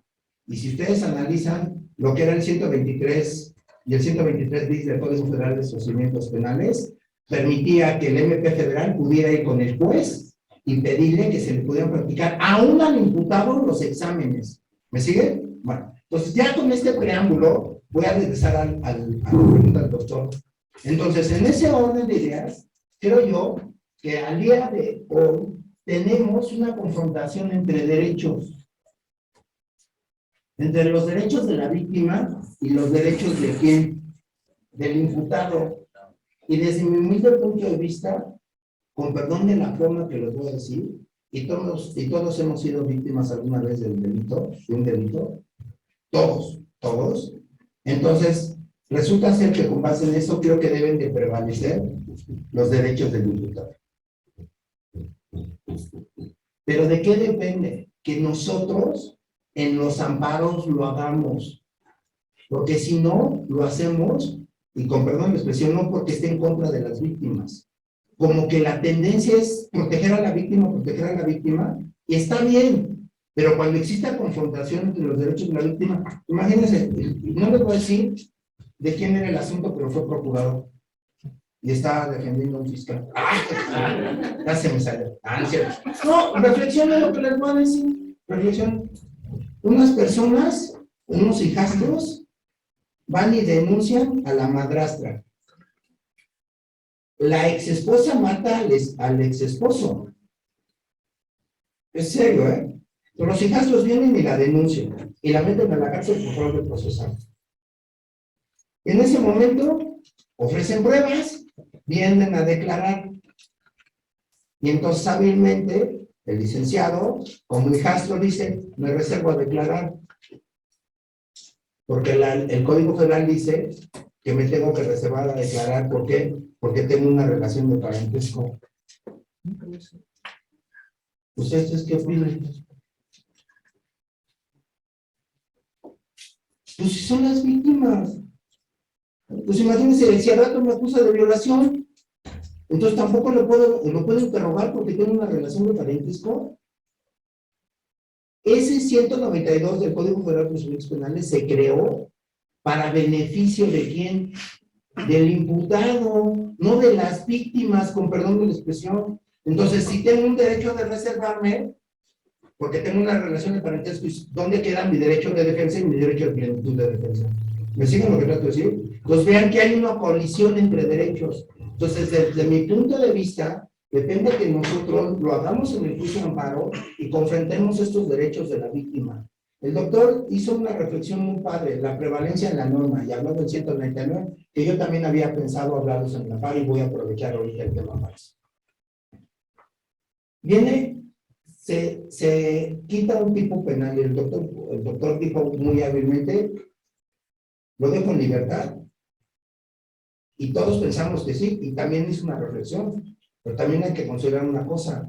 Cuando esto pasó en el Código Penal de la Ciudad de México en el 2002, la Corte creó una nueva institución que no existía ni en la doctrina, y que fue la traslación de tipos. No existía en la doctrina la traslación de tipos. Ejemplo, robo a transeúnte. Estaba sentenciado a hacer el robo a transeúnte, y ahora en el nuevo Código Penal ya no existía. Entonces, ¿qué dijo la Corte? No, trasládalo al tipo más cercano. Por eso le digo, la pregunta del doctor era un monstruo. La pregunta. Entonces, porque entonces dices, ¿qué haces con el tema? ¿Lo dejas libre? Pues hay que ver primero si no hay una traslación de tipo. Y como lo dijo el doctor, bueno, se extinguió el delito. Si se extingue el delito, ¿no se extinguirá la reparación del daño? Ay, Santa Madre de Dios. El Código Penal dice que si se extingue el delito, ¿se extingue qué? Todo. Pero entonces ahora viene la víctima ofendido. Oye, ¿y por qué me lo vas a aplicar en qué? De manera retroactiva. ¿Me siguen? Bueno, entonces... Maestro, tengo una duda para el chat. ¿Mande? Tengo una duda de parte del chat, una pregunta para usted. ¿Cómo se llama el chat? El maestro Guido Jasso Gracias, me maestro. pregunta, en un delito de trata de personas con fines de explotación sexual a menor de edad, ¿esta regla aplica aún y cuando es mayor de edad hoy en día? O sea, ya no es menor la persona. O sea, la regla de que no declare. Exacto. O que no lo revictimice. A ver, voy a retomar la idea y si no nos digan de chat si es correcto. A ver, yo establecí que ya hay un criterio de la Corte que dice, y además hay unos protocolos, en caso de menores, que establece que no se les puede revictimizar a los menores de edad y más en los delitos sexuales. Pues quiere decir que yo como defensa no puedo ofrecer que una prueba psicológica para que pueda haber, o lo que se dice hoy como psicología de testimonio de la menor, ¿me siguen? Porque la puedo volver a revictimizar. Entonces la Corte ya dijo que eso no lo puede hacer. ¿Por qué? Porque se le revictimiza.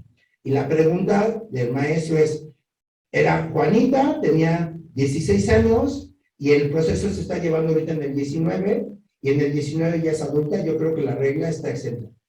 La excepción está exenta. Ella ya no es menor, ella es una adulta. Y entonces el efecto del daño psicológico que se les pudiera representar a la menor ya no existe porque ya es una adulta, ¿no? ¿Vale? Está perfecto. Entonces, la excepción solamente, ya lo dijo la Corte en una tesis, pero fíjense que esa tesis es buena, pero también se contradice con otra resolución de la Corte, que se las voy a subir al chat. Es muy buena esa resolución de la Corte. Resolvió un amparo directo en revisión sobre un abuso sexual. Y entonces la Corte creó una figura que se llama psicología del testimonio.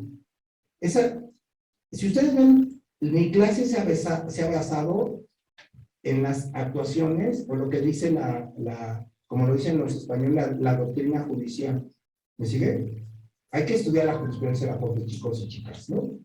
Y ¿cómo se llama? ¿Chiques? ¿Chiques? ¿Chiques? Bueno, o sea, para que no me acusen ahorita en el chat que... No, pero buena onda, ¿cómo se dice? ¿Chicos, chicas y qué? Híbridos. Bueno, no sé, ya lo dijeron, dice cómo se dice, pero bueno. Entonces, ya regresando a lo serio, entonces, ahí, por favor, resulta ser que ahí la Corte resolvió que el juez tiene que ordenar para la veracidad de los datos y las declaraciones de la menor, que se le haga una pericial en psicología del testimonio, aún de manera oficiosa. Entonces, llega usted como abogada defensora a la audiencia, y entonces, señor juez, no se le practicó que la pericial en psicología del testimonio, y por lo tanto, usted la tiene que ordenar de manera oficiosa. Entonces, que se practique y que me vuelvan a imputar. Aunque abra esos ojos. Porque le iba a decir a la abogada, cierre esos ojos como en la película de Pedro Infante.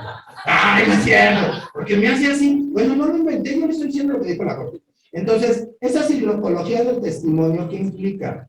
Volver a platicarle un tema a la menor. Y si ya dijo la Corte que es oficioso, pues entonces ahí es un tema de mucha reflexión, ¿no? Entonces, en el chat les voy a subir esa sentencia, estudien, es una sentencia muy interesante.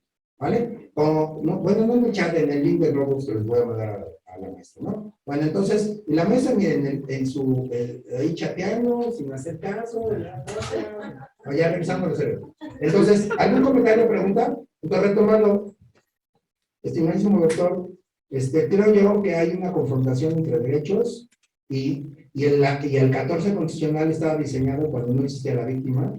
Entonces, hoy tenemos que tener un estudio que no lo va a hacer el Congreso, no lo va a hacer el Poder Reformador de la Constitución, no lo va a hacer, porque es un tema muy complejo, pero ¿de quién depende que el asunto llegue al Poder Judicial Federal? De nosotros los abogados. tenemos que plantear esa contienda entre derechos de la víctima ofendido y cuál de los dos tiene que tener. Porque si se le da una aplicación retroactiva a la víctima, para el imputado es en perjuicio. Y si se le da una aplicación retroactiva al imputado, entonces se convierte en perjuicio ¿de quién? De la víctima ofendida.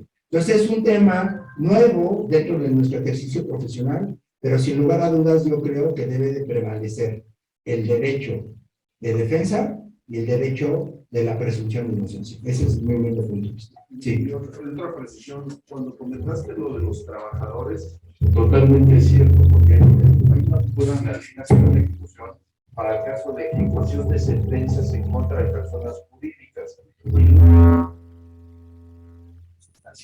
El artículo 156, 164, me parece, de la Ley Nacional de Ejecución, en el último párrafo, habla de una figura salvaguarda de derechos. Por ejemplo, cuando extinguen una persona jurídica, porque es la pena de muerte para en materia de personas jurídicas, la disolución, la suspensión, donde salen afectados los trabajadores, no son los trabajadores, los acreedores y los socios. Entonces, efectivamente, pueden ir. Entonces, gracias, doctor, por su comentario. Entonces, resulta ser que ese tema es un tema que yo lo había reflexionado para planteárselos en el sentido de decirles pues, que eso es inconstitucional. Ese artículo para mí es inconstitucional. La disolución, el artículo 12 y 13 y los relativos del Código Penal de la Ciudad de México, no los acuerdo, son varios, sobre la extinción de la responsabilidad de las personas morales oficiales, perdón, de las personas morales. Desde mi humilde punto de vista, cuando se ordena su disolución y liquidación, desde mi humilde punto de vista es inconstitucional. ¿Por qué? Porque entonces tienes terceros que se ven afectados y eso lo prohíbe el artículo 22 de la Constitución porque se resulta ser penas trascendentales. Al momento que ordenas, se extingue la persona, vamos a pensar gas nieto, ¿se acuerdan del que explotó un tanque de gas, etcétera, etcétera? Que increíblemente, se los dejo de reflexión. Se le dictó autovinculación a la empresa, ¿eh? Y no la apelaron ni se fueron al amparo, ¿eh? Reflexionenlo, no sé si eso sea correcto, ¿eh? Pero se los dejo de reflexión. Entonces, ¿qué se dice? Le extingue, se disuelve y le extingue. Y entonces, ¿dónde quedan todas las demás personas que se ven afectadas? Eso pasa también con los derechos de familia. Porque también hay un artículo del código, en la ley de ejecución que establece la pérdida de los derechos de familia. Entonces, porque cometiste un delito, entonces te condenaron a la pena de ¿qué? La pérdida de la falta de potestad, o la que quieras. Y entonces, y el chiquillo o la chiquilla, o el chiques, o no sé cómo se diga, pues, no sé cómo se diga, con perdón la expresión, para hacer un lenguaje, pues no sé, considera que yo soy de otra generación, entonces, eso de niñas, niños, híbridos. Pues ya dijo la RAE que no, ¿eh? Ya dijo la RAE que no. Ya le dijo, bueno, ella es nuestra patrona en la lengua. Bueno, no se enoje, no se enoje, que díganle como quieran, ¿no? En mi barrio les decían de otra forma, ¿no? No, en mi barrio les decían de otra forma, porque ya no se puede decir eso ya. Es un término penitenciario. Pues sí, además ustedes saben por qué se Por les, la cirugía. ¿saben por qué se les decían jotas? ¿Jotos? Porque los chicos que tenían una preferencia sexual distinta estaban todos internados en la propia J de Lecumberri, y de ahí es el origen del término Joto. Entonces, el que se ofende diciendo que está mal, pues a lo mejor está mal el lenguaje, pero históricamente estaba identificado con ese tema, ¿no? O sea, con perdón, o sea, el doctor es el experto en derecho penitenciario, ¿no? Pero y yo no porque le pegue yo al tema, ¿eh? No es que le sabe porque le pega al tema, no. Bueno, ya regresando, entonces, regresando a lo serio, ya regresando a lo serio. Entonces, igual de los derechos, el derecho de la pérdida de la patria potestad, resulta ser que el niño quiere vivir conmigo y ya tengo la pérdida de la patria potestad. Usted, entonces, quiero explicarme, el artículo 22 de la Constitución establece la prohibición de penas trascendentales. ¿Y qué son las penas trascendentales? Que ceden la esfera jurídica del sentenciado. Y en los dos casos de la disolución y de los derechos de familia, exceden la esfera jurídica del sentenciado y por lo tanto creo yo que esos artículos son inconstitucionales. Ahí el tema, ojo, es que yo le estoy hablando de su inconstitucionalidad. Entonces, habría que considerar dos factores. Uno, si el sentenciado va al amparo o el menor va al amparo. Si la empresa va al amparo o los socios o los acreedores van al amparo. Entonces, para aclarar la idea, si se trata del sentenciado de la empresa o del padre que está sujeto al proceso y sentenciado, él tiene que reclamar esa inconstitucionalidad en amparo directo. No es materia de la ejecución. ¿Me sigue? Porque él no puede ir a reclamar lo que ya está firme y que no fue estudio del amparo directo. ¿Sí puedo explicarme? En cambio, si viniera el menor o vinieran los socios, entonces ellos serían terceros extraños al procedimiento penal que se ven afectados en sus derechos y podrían ir al juicio de amparo. Recuerden, se me olvida ahorita el numeral, lo que voy a decir, espero que lo vean con lo escuchen con mucha prudencia, no trata de decir una chicana, no trato de decir cosas malas, jurídicamente hablando, pero es un punto. La Convención Interamericana, si no me recuerdo, de los derechos de la niña y los niños, la ley de los derechos de los niños y las niñas, a lo mejor me equivoco en los nombres, ofrezco una disculpa, establecen que todos los juicios, en que los menores puedan ser afectados, tienen que ser oídos. ¿Me siguen? Entonces, yo no estoy hablando del tema penal. Entonces, resulta ser que no fue oído y podría ir al juicio amparo. Y eso proyecta a un tema de acreedores alimentarios, a un tema de acreedores hipotecarios, etcétera, etcétera, se los dejo de la idea de reflexión, ¿no? ¿Vale? Bueno, entonces, en ese orden de ideas, gracias por la pregunta, ahora, también había diseñado hablarles del 199 de nuestra ley de ejecución que el doctor Samuel ya nos hizo referencia, ¿no? Entonces, el 199 es un artículo que en la realidad sería como hasta ofensivo que se haya plasmado en la ley, ¿no? Porque parte de una premisa. El juez de ejecución no conoce la ley reglamentaria de la fracción 1 y 2 del 105 de la Constitución, no conoce la ley de amparo, y por lo tanto, le tengo que decir qué haga cuando hay una inconstitucionalidad de un tipo penal. ¿No? Pues ya la Corte creó un libro de guías judiciales, ¿no? Para que no haya error, ¿no? ¿Están de acuerdo? Pero aquí fue el legislador. Entonces, y yo creo que eso es una falta de respeto, desde mi humilde punto de vista para los jueces de ejecución sentencia, desde mi humilde punto de vista. Ahora bien, tiene un sistema muy bueno, porque me dice a petición y de oficio. ¿Sí? Bueno, pues ya está bien. Ahora, lo que se le olvidó al legislador es que él ya había contemplado el tema de la prevalencia de la norma, o la norma más favorable que ya habló el doctor. Pues eso es la norma más favorable, punto. Dejó de ser delito, se le redujo su punición, pues es la norma más favorable. Bueno, ahora bien, ¿qué rol tiene? ¿Qué dice Declaratoria General de Inconstitucionalidad? ¿Por qué es un error? Y cuando la ley se declara inconstitucional por la jurisprudencia de la Corte, entonces no se le aplica. Pues claro, sería el mismo supuesto. La Corte ya creó una jurisprudencia y dijo que el tipo penal es inconstitucional. ¿Me siguen? Sí. Entonces resulta ser que en ese momento no lo puede aplicar el juez de ejecución de sentencia. ¿No? Pues desde mi humilde punto de vista, pues claro, un error del legislador solamente establecer la Declaratoria General de Constitucionalidad y no también la jurisprudencia del Poder Judicial de la Federación. ¿Me siguen? Porque tiene su sistema. Ahora bien, nada más para conclusión de esto.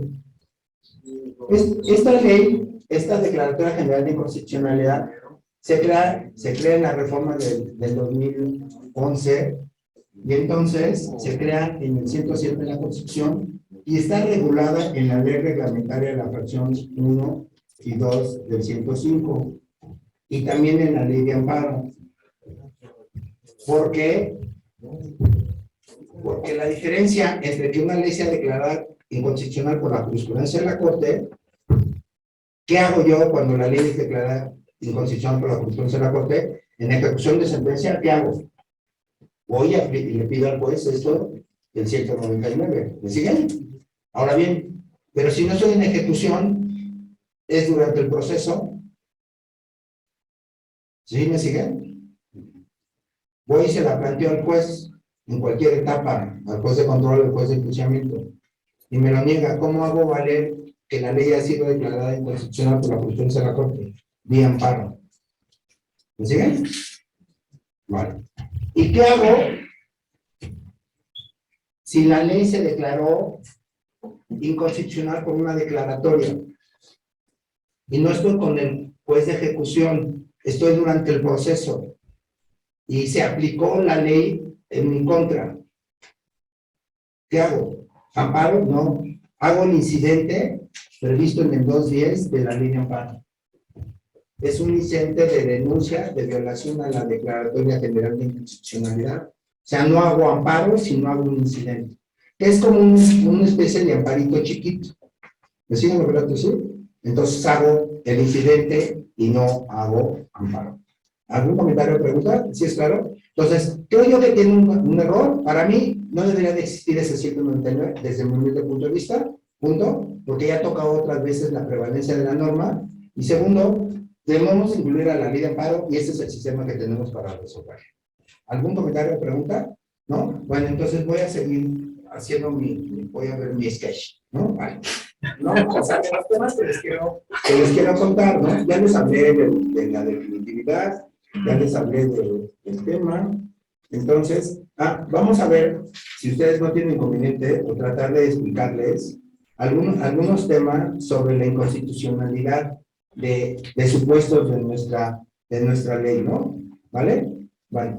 La primera forma que yo quisiera que consideráramos es que,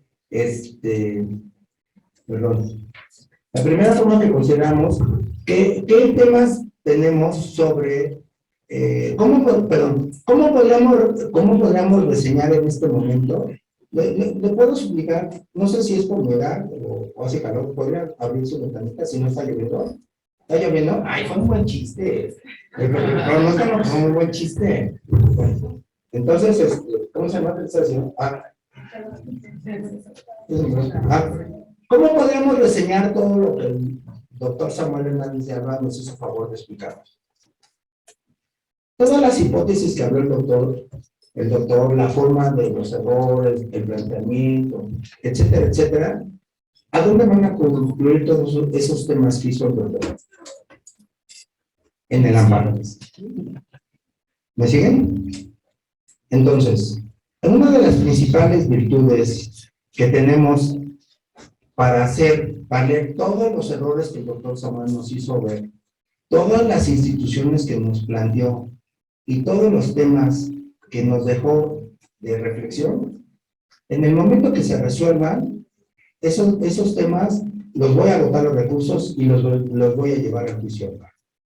Desafortunadamente o afortunadamente, ahorita los temas están, con perdón de ustedes, yo les hablé que el tema de la ejecución de la sentencia comienza a judicializarse en el 2005.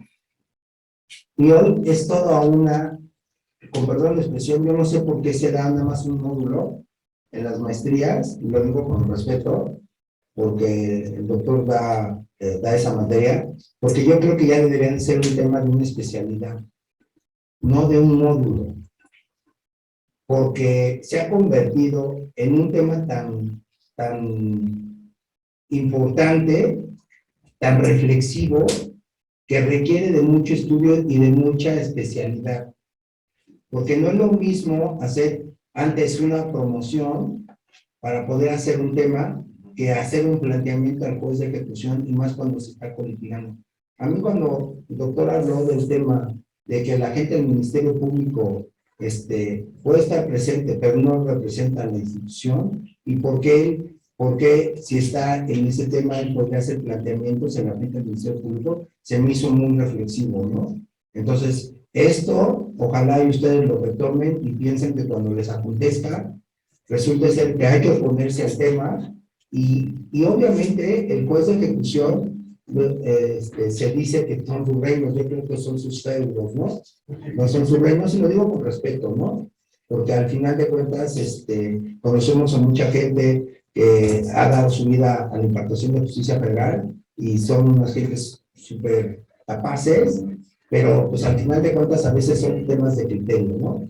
Entonces, si se niega, entonces habrá que hacer el recurso y se juicio, ¿no? Entonces, toda la reflexión, sí va, sí, por favor. No, yo no dije eso, yo digo, se inicia la judicialización, porque se creó una jurisprudencia en el 2005, si quiero aquí la traigo, le digo el número que se me escapa de mente, la 174 de 2005, se crea y ya se las había comentado, pero se la aclaro. En esa jurisprudencia se establece que la prevalencia de la norma, aun cuando ya esté sentenciado, no es materia de la autoridad administrativa penitenciaria, porque el 56 del Código Penal decía que tenía que ir con la autoridad administrativa, con el órgano desconcentrado en aquel entonces, a solicitarle el beneficio. Y entonces la Corte resolvió en esa tesis de la 134 de 2005 que debe de ser la autoridad judicial la que tenga que resolver la prevalencia de la norma y no una autoridad administrativa. Por eso mi comentario. ¿Cuándo se empezó? Recuerden que en el año 2001, se crean en España los jueces de ejecución de sentencia, en el 2001. Y en el 2004, si no mal recuerdo, el doctor nos podrá corroborar la información, en Sinaloa fue el único estado en que crearon unos jueces de ejecución de sentencia, en Sinaloa. No sé si fue por entonces se crean en el 2004 y entonces crean los jueces de ejecución sin ley, sin reforma constitucional, sin nada, porque la ley de ejecución de sentencias es del 2016, ¿no? Entonces, ¿por qué yo hice ese comentario? Porque se inicia la judicialización de los temas de ejecución de sentencia, ¿no? Porque empezó la tendencia con esa jurisprudencia que a mí se me hizo buenísima, porque ese tema se prestaba mucho a temas de corrupción. Entonces ibas con el juez, ibas con la autoridad administrativa y le otorgabas el beneficio cuando él tenía que haberte hecho el beneficio de manera oficiosa, ¿no? Por eso fue mi comentario. ¿Me sigue? ¿Sí está bien? Bueno, gracias. Entonces, en ese orden de ideas, entonces les comenté del tema del doctor, ¿no? Voy a saber que todo al final de cuentas llega al tema de inclusión. Les voy a hablar de dos temas, si ustedes no tienen inconveniente, en relación con el tema de la inclusión, ¿no? Entonces, ¿cuáles esos son dos temas? La temporalidad para el ejercicio de la acción constitucional, ¿no? La Corte ya resolvió en dos tesis que les voy a hacer la mención, en la 58 de 2016, y esa tesis se creó antes de la ley de ejecución, y la tesis de 83 de 2015, en la que se establece que se puede reclamar en el amparo contra el traslado en cualquier tiempo. ¿Me siguen? Bueno, ahora, les voy a hacer una reflexión, y sé que se está grabando, pero es un tema reflexivo, ¿no? Vale. Nosotros dijimos que para ir al juicio de amparo contra los traslados hoy tengo que adoptar el control judicial, ¿no? Un tema, pues hoy en día ya resuelto. ¿Y qué pasa si yo no quiero hacer el control judicial? Ya dijimos que me puedo tardar hasta meses para ese control judicial. ¿Qué debo de hacer? Miren, yo estoy pensando en voz alta y pensando que nos está grabando.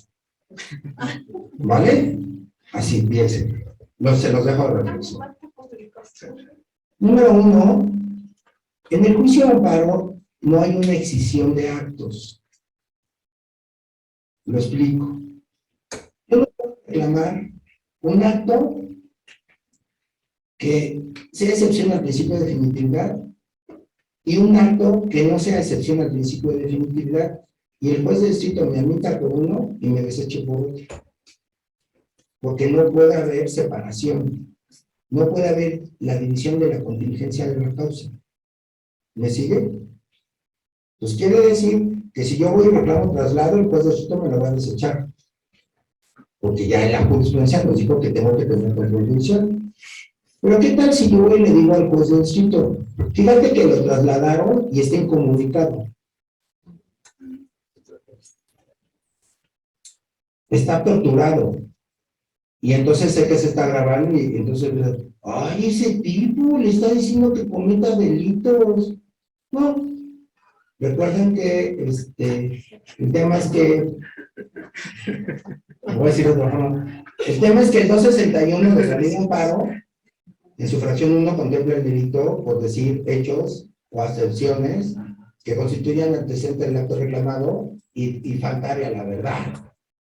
¿Me siguen?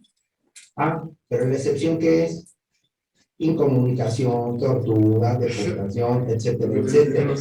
Entonces es un excluyente absolutoria. O sea, yo no lo inventé, está en la ley, con perdón de ustedes. O sea, con perdón de la expresión.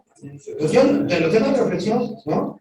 Yo digo, bueno, voy a hacer una para con un traslado, es una buena idea, tengo el principio de definitividad.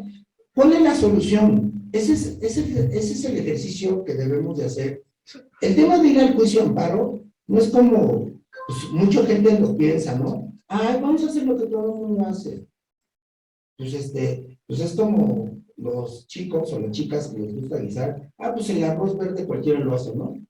Con colorante, pero con poblano, es distinto, ¿no?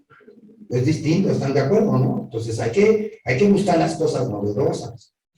Entonces, también el artículo 61 de nuestra ley de amparo, si no me recuerdo en su fracción 14, establece que constituye una excepción al principio de definitividad cuando yo reclamo la inconstitucionalidad de la norma. Entonces, a mí se me aplica un precepto, el que ustedes quieran, ¿no? De la ley de ejecución. Yo digo, pues ese artículo es que inconstitucional. Entonces reclamo, el artículo X es inconstitucional y reclamo el traslado. Y como no puede haber la división de la contingencia de la causa, entonces, ¿qué va a hacer el juez de distrito? O sea, yo estoy pensando en voz alta, ¿eh? No estoy diciendo nada. Yo no estoy diciendo nada, ¿no? Yo no estoy diciendo nada. Entonces, en ese orden de ideas, consideren que el tema que estamos tratando ahorita de hacer, porque a mí se me hace muy severo y no es crítica ni es falta de respeto al poder judicial de la Federación, no es falta de respeto, se los juro. Pero el doctor Samuel Hernández de Alba se burla de mí, porque él dice que, el Jorge decía, yo respeto mucho al poder judicial de la Federación. Si yo me dedico al juicio amparo, no creo que me la pague más, ¿no? O sea, pues mejor te dedicas a otra cosa, ¿no? Entonces hay buenos jueces, hay malos jueces, pero al final de cuentas, pues crees en algo, ¿no? Entonces, yo sí respeto al Poder Judicial Federal, pero yo creo que ahí la Corte se equivocó por la mecánica del traslado, desde mi humilde punto de vista. Sí, por favor. En el caso de los traslados en específico de mujeres, cuando al trasladarlos afectan derechos de los menores que tienen pequeños y los trasladan a otro estado de la República, especialmente los niños no van a poder ser trasladados. Ellos pueden promover y tendrían que agotarse. Vamos a escuchar al doctor y ahorita ya. No hay traslados por menor. Están prohibidos los traslados. No, a la interna, a la mamá. O sea, la mamá no la puede trasladar si tiene un hijo por ejemplo. Si desde que está embarazada no puede Pero ser los hijos trasladada. están pero están con No, a ver, tiene un hijo, Es correcto. vamos a pensar de 13 años, que ya no está la excepción de los 12, y que la abogada le dice, la traslada de un penal de Ocampo, no sé, a a la Sí, ley, ¿no? sí lo puede probar, claro, le están afectando. A ver. Además, la ley, el artículo 10º y 36 de la Ley Nacional de Ejecución maneja esas figuras. Está prohibida la segregación y el traslado cuando tienen hijos. De hecho, hay permisibilidad para que los hijos menores de 10 años pueden ingresar al centro en cualquier momento sin ninguna restricción. Entonces, por lo que vela, inclusive, eso queda muy claro cuando son extranjeras. Una de las relaciones para que una mujer, de acuerdo al 18 constitucional y el correspondiente a la ley de ejecución, puede ser trasladada a otro país cuando tenga hijos menores de edad. Entonces, yo creo que sí tienen derecho a correr. Pero mi pregunta, ellos también tendrían que esperarse a agotar el principio de liquidez. Ellos sí No, podrían porque se promover puede. directamente el RAPAC. No, porque aquí hay, acuérdense que aquí hay interés superior al menor, y eso está por encima de eso.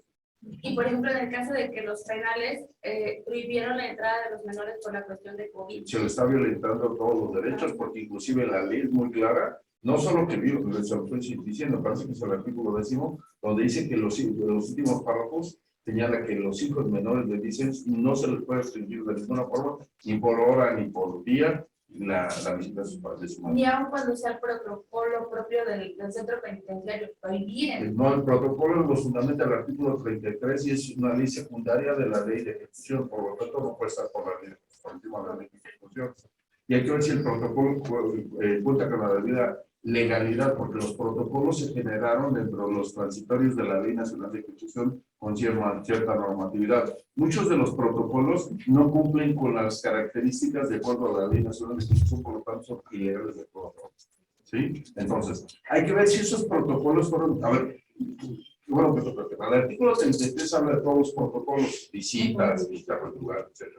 Y cuando revisamos los transitorios de la Ley Nacional de Ejecución, nos dice, los protocolos tendrán que celebrarse de acuerdo a la Conferencia Nacional del Sistema Penitenciario.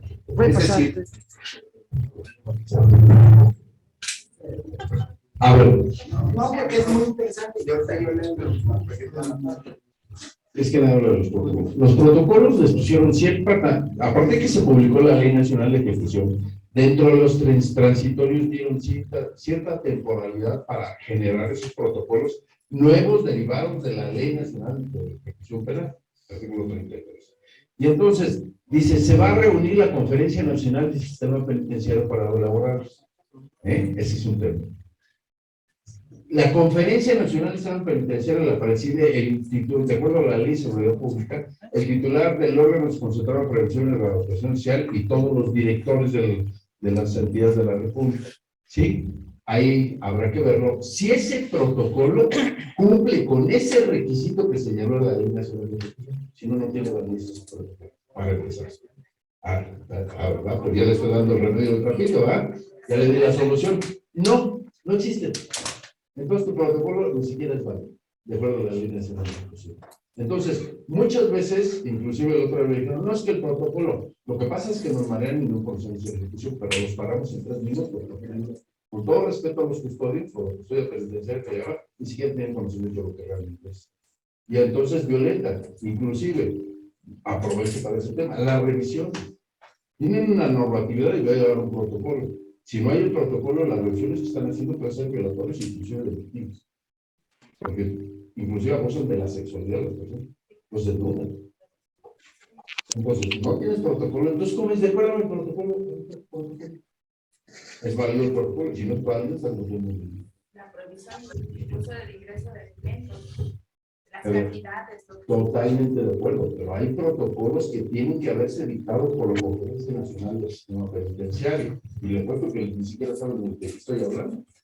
La Conferencia Nacional del Sistema Penitenciario es un órgano auxiliar y dentro de la Ley Nacional de Ejecución que no se le ha dado vigencia. Hay un divorcio total entre el juez de ejecución y la Conferencia Nacional del Sistema Penitenciario. Por eso le digo, ¿dónde está el remedio del trapito? Hay que ver si los protocolos son válidos. Y hay que ver si es protocolo.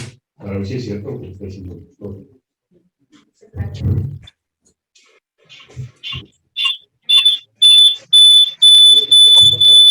Ahora vamos a preguntar a Cruz Amparo. Su pregunta era si los menores podrían unir al amparo. El tema es que los derechos del menor, que también tiene derechos a visitas, resulta ser que también están sujetos a un control judicial. Entonces, yo lo que consideraría ahí, que en este momento el menor, porque no solamente, ya lo dijo el doctor, no solamente el interno puede tener afectaciones o ser parte de ese proceso, también puede ser los visitantes, etcétera, etcétera. Ahora, mi humilde punto de vista, para poder eludir este control judicial, tratándose de un menor, primera, para mí el menor, independientemente de lo que ustedes consideren, resulta ser que tiene un interés jurídico en el tema, porque él está afectado por ese protocolo, por esa negativa de las visitas o lo que sea. ¿Me sigue? Entonces, no es un tema de un interés legítimo. Él es el titular de ese derecho público subjetivo que tiene de la convivencia y las visitas con la madre. Entonces, no hay ningún tema sobre el interés jurídico. Claramente lo quieren desde mi punto de vista. Número dos, ¿qué hago para eludir el tema del control judicial? ¿Me sigue? Entonces, yo lo que trataría de hacerlo sería de dos formas. Uno, tratar de reclamar la inconstitucionalidad del protocolo. El doctor ya nos dijo cómo un protocolo puede ser inconstitucional. Pero el tema es que existe el protocolo. Y cuando a mí me quieren decir es que conforme el protocolo, entonces lo que tiene que hacer el menor es reclamar que el protocolo es inconstitucional, o como lo dijo el doctor, es inconstitucional, ¿por qué? Porque tiene un vicio de forma. No, porque tiene un vicio de forma. Un tema es el contenido, y otro es el tema el doctor dijo que no estaba autorizado por la conferencia, etcétera, etcétera. Entonces puede tener un vicio de fondo o un vicio de forma. Entonces el menor puede reclamar la inconstitucionalidad de ese protocolo. Y entonces ya podría tener una excepción al principio de definitividad. La segunda, yo trataría, porque es un tema que todavía no existe en el Poder Judicial de la Federación, establecer que la prevalencia de los derechos del menor no puede estar sujeto a un principio de definitividad. Eso no lo dice ni la JUS, no existe. Por eso me gustó su pregunta. Si yo analizo el principio de definitividad de la Constitución, analizo el principio de definitividad de la ley de amparo de la jurisprudencia, no habla de los menores. No habla de los menores. Entonces, el menor, creo yo, por el tema el derecho de preferente y la protección del menor, debe de constituir una excepción al principio de definitividad. El menor no está sujeto. Recuerden que el menor en el juicio de amparo tiene capacidad de ejercicio.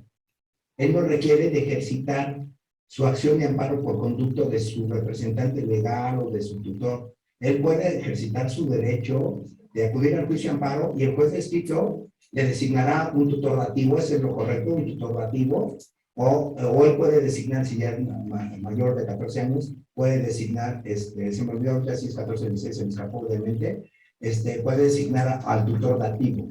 Entonces, creo yo que es un tema vanguardista y yo creo que no puede estar sujeto al principio de definitividad por los derechos del menor. Esos serían como mis dos puntos de vista. Porque si no, tendría los vicios de la petición administrativa que les da derecho a los visitantes ir ante el director del centro y sería interesante. Por eso le digo, porque ella, como estamos hablando de visitante, tendría que ir, oye, concédeme el derecho a visitar. Ah, no, pero concedo el derecho a visita por esto. Ah, bueno, pero considero que tiene que generar el acto. Uno de los temas importantes, y uno de los temas importantes en la ejecución, en la prisión preventiva, es el tema con los reclusorios, con los centros. ¿Por qué? Porque yo cuando acudo al juicio de amparo, o yo acudo ante el juez, resulta ser que la autoridad es muy fácil negar el acto si no tengo una constancia del acto. ¿Me sigue? No, mi niña, tú le dices, está segregado, ahorita vamos a ver el tema de la segregación. No, espérame, te pongo un ejemplo. Está segregado, y ya cuando quieres ir a hacer en el juicio de amparo la visita, ¿qué hacen? Lo cambian, mira, hasta está pintada su celda. Escúchame, no, mi niña, por eso te estoy dando la solución. Tienes que generar el acto y la negativa. En ellos a los reclusorios hasta para quitar, bueno, no hablan específico de centros de familia que están pasando situaciones muy complejas. Por eso, pero tienes que generar el acto, mija. Tienes que generar el acto. Le haces la petición. Le haces la petición. Le haces la petición. No te la recibe. ¿Me sigues? Pues entonces haces amparo.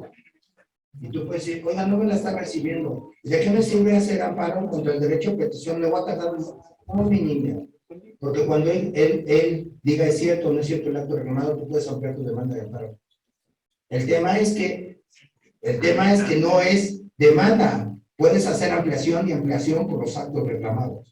Pues hay que considerar ese tema, porque ya la Corte lo ha definido en una jurisprudencia que la respuesta que se te da en el derecho de petición no es materia de otro amparo, es materia de ampliación de la demanda de amparo. ¿Me sigues? Entonces yo lo que te recomiendo es que generes el acto y tengas la negativa del acto. Oiga, vengo a solicitarte que le des acceso al menor. Ah, no le puedo dar por el protocolo fulano tal. Ya tienes el tema de la aplicación y se acabó el tema, ¿no? ¿Me sigues? Bueno, ¿algún comentario o pregunta? Bueno, vamos a acabar dos temas porque ya me están regañando. No me están regañando. No haga caso. Les voy a hablar de la suspensión y la segregación, ¿vale? Y hacemos preguntas y respuestas, ¿vale? Bueno, a ver, la segregación. Hace unos momentos el doctor Samuel habló de la segregación, que puede estar en aislamiento, si no me recuerdo, hasta 15 días, ¿no? Bueno, quiero decirles que desde mi humilde punto de vista, y se los dejo de reflexión, eso es algo que es flagrantemente violatorio de los 22 de la Constitución. ¿Por qué? Porque es un acto cruel y inhumano la segregación. La segregación está como Pepe el Toro, ¿no? Cuando me llevan a la Bartolina. No, pues esa es la segregación. Aislamiento es una segregación, con perdón de la expresión. Y no me pueden venir a decir ahorita que con esa segregación tengo que tener un control judicial, con perdón de la expresión. La segregación, no se preocupe, conteste. Si es su esposo, contéstele porque se va a enojar. ¿No tiene esposo? Pues si es novio, contéstele con mayor razón. No cae. Ya bueno, ya regresamos a, perdón, entonces no. Bueno, entonces, pero ya regresando. Bueno, a ver, perdón, por favor. Ya sé que están cansados. Bueno, entonces, resulta ser que, desde mi humilde punto de vista, el aislamiento, como lo dice la ley de ejecución, que técnicamente es una segregación, está prohibido por el de la Constitución, es una excepción al principio de definitividad y es una suspensión de oficio. Se acabó el tema. ¿No es bien? Entonces, aunque esté, miren, una de las cosas que les suplicaría que lo consideraran ustedes o quienes estén escuchando, sí.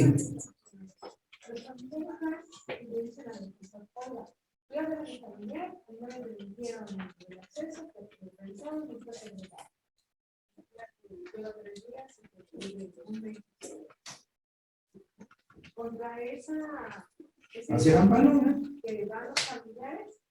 Esos son los antecedentes del acto reclamado, que fue el familiar. Además, recuerden, como se trata de segregación, en los términos del artículo 15 de la ley de amparo, lo puede poner cualquier persona, en los términos de la ley de amparo es una suspensión de oficio. 126, 125 de la ley de amparo. Es un tema muy sencillo. El tema es que cuando vaya con el informe, van a decir que no estuvo, por eso se trata de una técnica. Porque cuando llevan y lo traen, pues ya está en otro lugar. Entonces lo que hay que hacer es solicitar los videos o los custodios, etcétera, etcétera, para poder acreditar el acto. ¿Pero saben por qué lo hacen? Porque los abogados permitimos que lo hagan.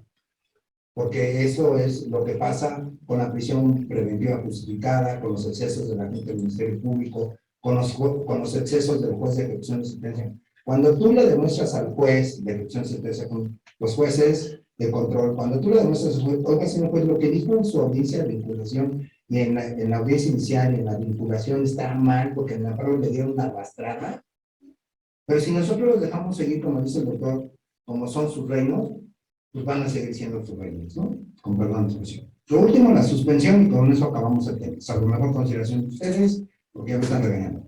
Entonces, suspensión. ¿Cómo es la suspensión dentro del sistema de la ejecución? ¿No? Bueno, resulta ser que por regla general, el tema de la ejecución es suspensión a petición de la. Por regla general. Excepcionalmente, va a ser una suspensión de oficio, ¿qué? Y de plano. ¿Me siguen? Entonces, nuestra regla principal es que la Corte ya ha resuelto que hay supuestos en que es suspensión de oficio y de plano. punto. Pero cuando uno se ubique en los supuestos del artículo 126 o 127 de nuestra ley de paro, entonces vamos a tener que aplicar las reglas de nuestra ley, de la ley de paro para la suspensión a petición. ¿Vale? ¿Me vas a decir algo? ¿No? Bueno, ¿alguna pregunta, algún cuestionamiento? ¿Nada? Bueno, entonces vamos a, si no tienes inconveniente, vamos a concluir y